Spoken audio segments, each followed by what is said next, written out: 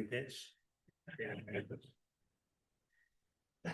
This evening, I'd like to speak with you about the miracle of Chanukah, like Ramendel, but I'm going to add a little bit and also take in a slightly different direction. Because of the fact that we as Jews have miracles at the very center of our existence, the fact that we are here today after thousands of years of difficulty is in itself a miracle. And for us as the Jewish people, miracles are not just big, amazing feats of nature, or really above nature, but rather they're daily occurrences for which we need to be grateful every single day. 3 times a day in the bracha of Modim, when we thank God for what He has done, we refer to the fact Ve'al nisecha shebechol yom imanu, for the miracles which are with us for every day. Together with these daily constant miracles that we have, we also have miracles stand at the center of so many of our holidays, but perhaps none more so than Purim and Chanukah. With regards to these holidays, we have the halachic concept of pirsum hanes, of publicizing the miracle. On Purim, we are publicizing the miracle of, as the Gemara says, mechayim, mimavet dechayim, that we were saved from certain death to life, and we fulfill this concept of publicizing the miracle by reading the Megillah, by engaging in the other mitzvot of the day of Purim. And on Chanukah, we are mefarsem the nes, we publicize the miracle by lighting candles, as Rabendel mentioned. Prior to engaging in each of these activities, we also have a special bracha, as Rabbi Weiss mentioned. Baruch atah Hashem Elokeinu melech olam, she'asa nisim la'avotenu bayamim hahem bazman hazeh, who did miracles for our ancestors in those days, in this time. A bracha that connects past to present. How we view time as being one unit, to thank Hashem for the miracles which He has done. The miracle of Chanukah, I would suggest, is not always so clear. And if we look a little bit more carefully at our sources, we'll see that in some sources, one miracle is stressed, and in others, the other is stressed. The Gemara in Masechet Shabbat on the Aleph Amud Bet that Rav Mendel and Rabbi Weiss mentioned, I'll go over it one more time because I do want to point it out in a slightly different way, says as follows. It asks the question of my Chanukah. What is Chanukah? And it explains that at the center of the story, when the Greeks came in, they made impure all of the oil that was in the temple. When the kingship of the house of the Hasmoneans became strong and mighty over the Greeks and defeated them, they only found one vial of pure, untouched oil. Enough oil for one day. A miracle was done, and they were able to light it for 8 days. This Gemara does seem to mention both the military victory as well as the Nes Pach Hashemen, the miracle of the little oil that could. But a careful reading shows that the military victory here is secondary. When the Gemara uses the word Nes, miracle, it's only referring to the fact that the oil was able to last for 8 days. The miracle was the fact that the oil had lasted for 8 days. Additionally, although the military victory is mentioned, it's mentioned almost as just a means to an end, a way to get to the story of how it was that the Chashmonaim were able to return to the temple. The way that it's phrased is, Ukshegavra malchut beit Chashmonaim. And when the family of the Chashmonaim were able to win, then they got to Jerusalem. As opposed to stating, at some point, they were victorious. We don't see the military victory as standing by itself, but only as a means to an end to coming to the temple. And yet, when we look at the Rambam, in his introduction to the laws of Chanukah, he as well mentions both of these miracles, both the military victory as well as the miracle of the oil. But in his phrasing, it seems like the emphasis is different. And this is how the Rambam begins. Bebait sheni, k'shemachei Yavan gazru gzerot al Yisrael. וביטלו דתם, ולא הניחו אותם לעסוק בתורה ובמצוות.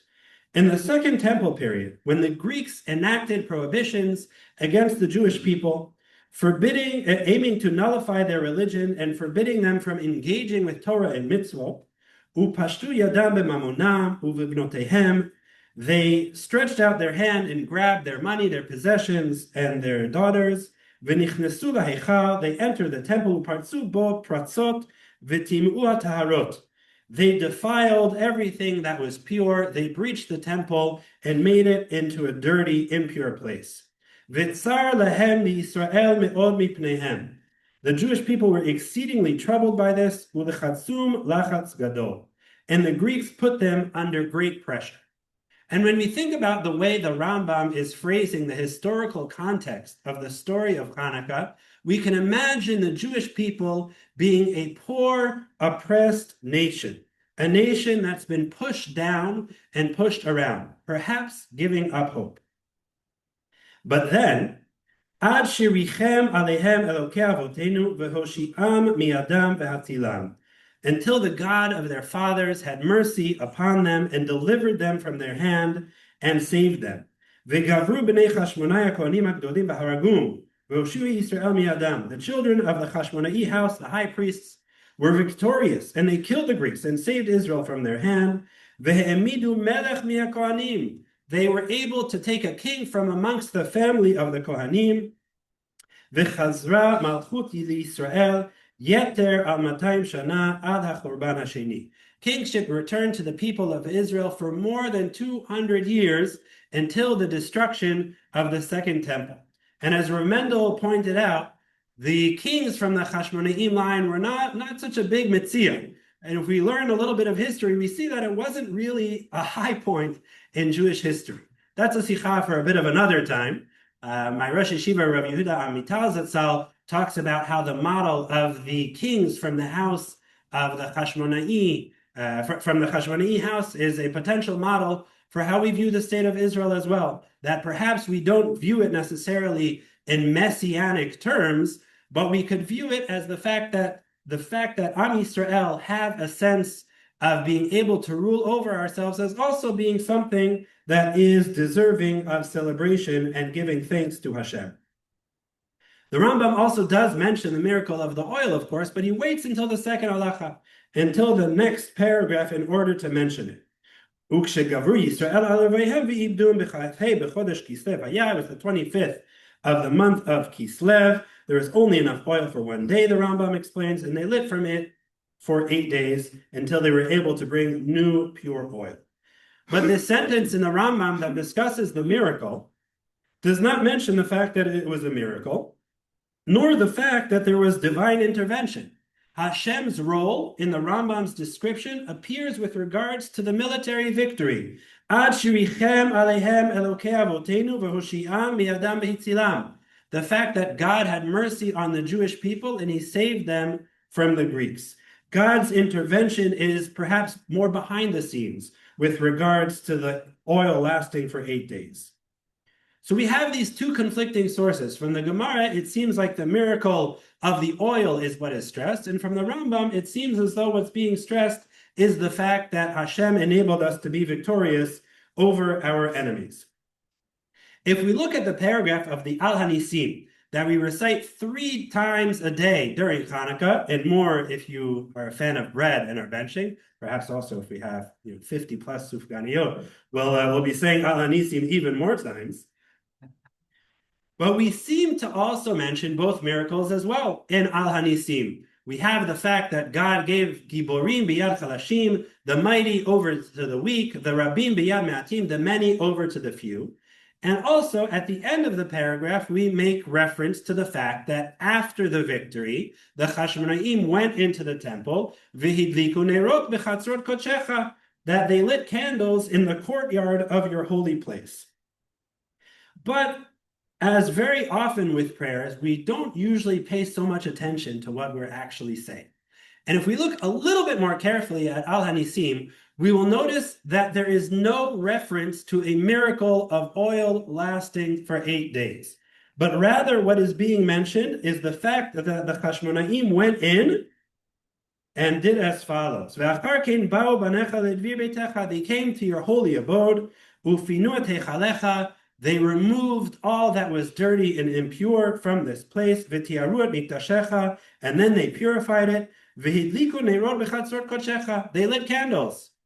No mention of oil lasting for 8 days, just the fact that the candles were lit.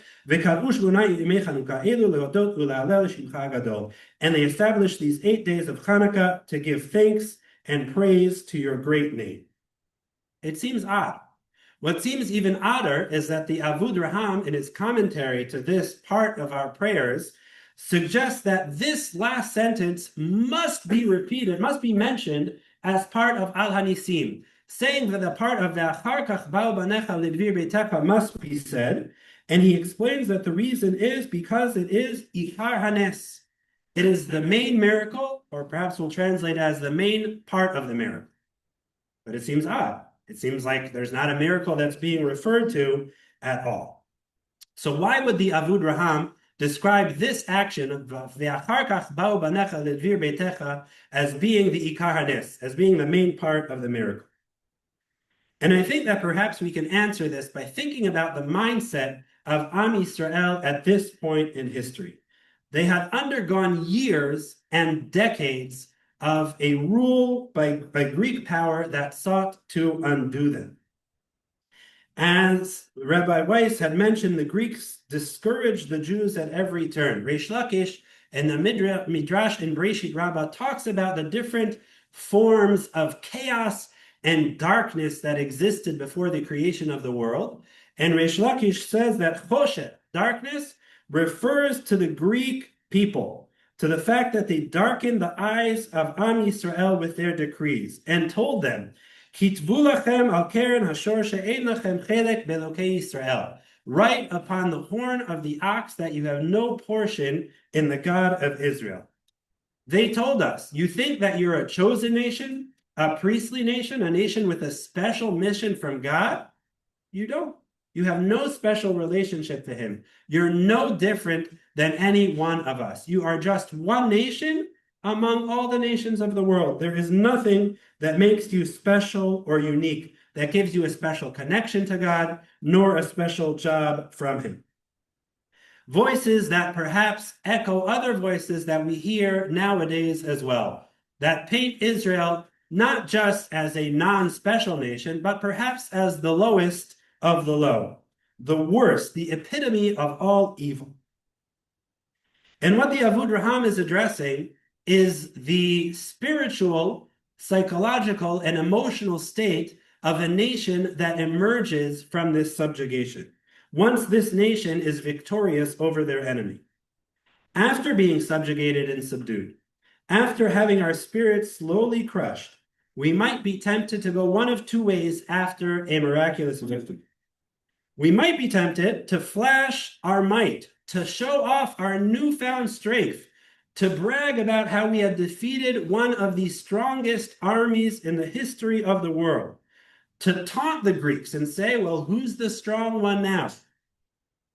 This message would switch what stands at the center of the identity of the Jewish people from a spiritual identity, one of connection to Hashem, to one focused solely on military strength. And that's a danger after a victory like this.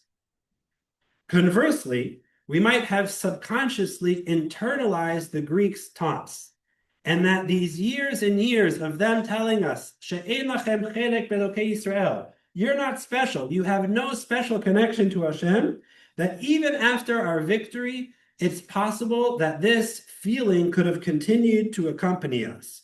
And that even though we would be able to defeat them militarily, at that point, we would stop at the gates. We would say, there's no point. This temple, you see it? It's been defiled. It's not a special place. It's a temple like any other temple in the world. Let's just go home and be happy with what we have. Be happy that we've kicked the Greeks out of our land. Our energy and effort spent, we would return to daily life.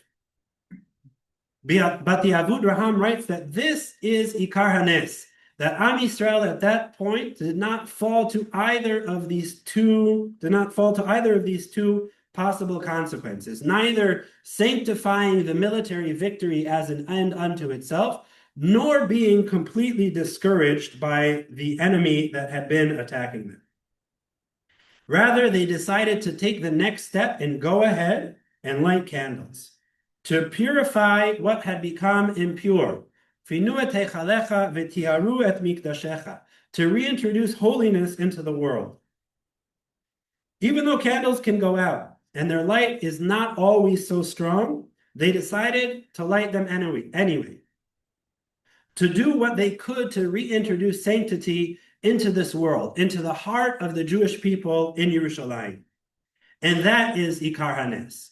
To not be discouraged, to not get confused, to remember what is supposed to be at the heart of our people, to keep trying, to keep bringing light into this world. The same challenge stands before us nowadays as well. Perhaps in the time of the Chashmonaim, it could be that the military victory was also similar to our victory nowadays, when although things have changed, there may be those who say that the victory is not clear-cut. We too may be tempted to look at our ability to vanquish our many enemies, to come out on top again and again, and to think that's an end unto itself, to think that is what it means to be Am Yisrael now, to be stronger than all those around us, to be able to defend ourselves and win. And that is the sum of what it means to be a part of Am Yisrael. But we need to remember that that is not the ends. Conversely, we may become bogged down in all the loss that we have endured, all the difficulties that we have encountered over the last 2 years. Perhaps to internalize the message of our enemies, both explicit and implicit, that we're not a special nation. We have no mission from God to sanctify the world. She'ein lachem chelek be'elokei Yisrael. To both of these possibilities, we must respond with the Ikar Hanes, the main part of the miracle of ve'achar kach ba'u banecha lidvir beitecha v'hidliku nerot bechatzot kodshech. I bless all of us that this Chanukah we can encounter all of those forces, both from within and from without, that may cause us to be discouraged, to learn to face them head on and decide despite all odds that we must continue working, pushing forward, lighting candles, and bringing light into this world in order to sanctify. Chanukah Sameach.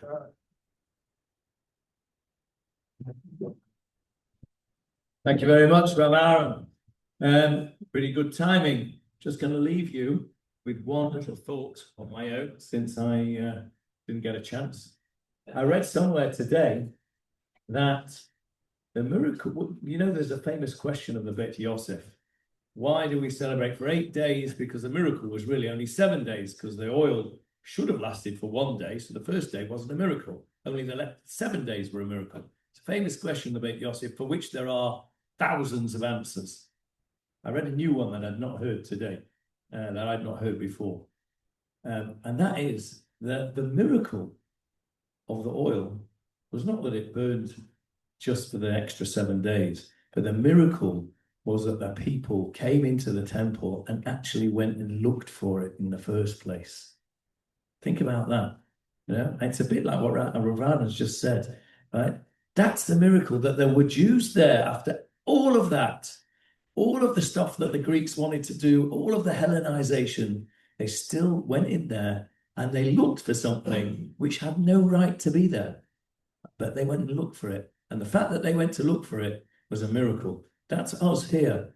We have no right to be here, al pi teva, according to nature. But we're still going to be here and we're still going to try. And we'll always look for that little bit of oil. And you know what? When we find it, it'll last forever. Chanukah Sameach. Thank you.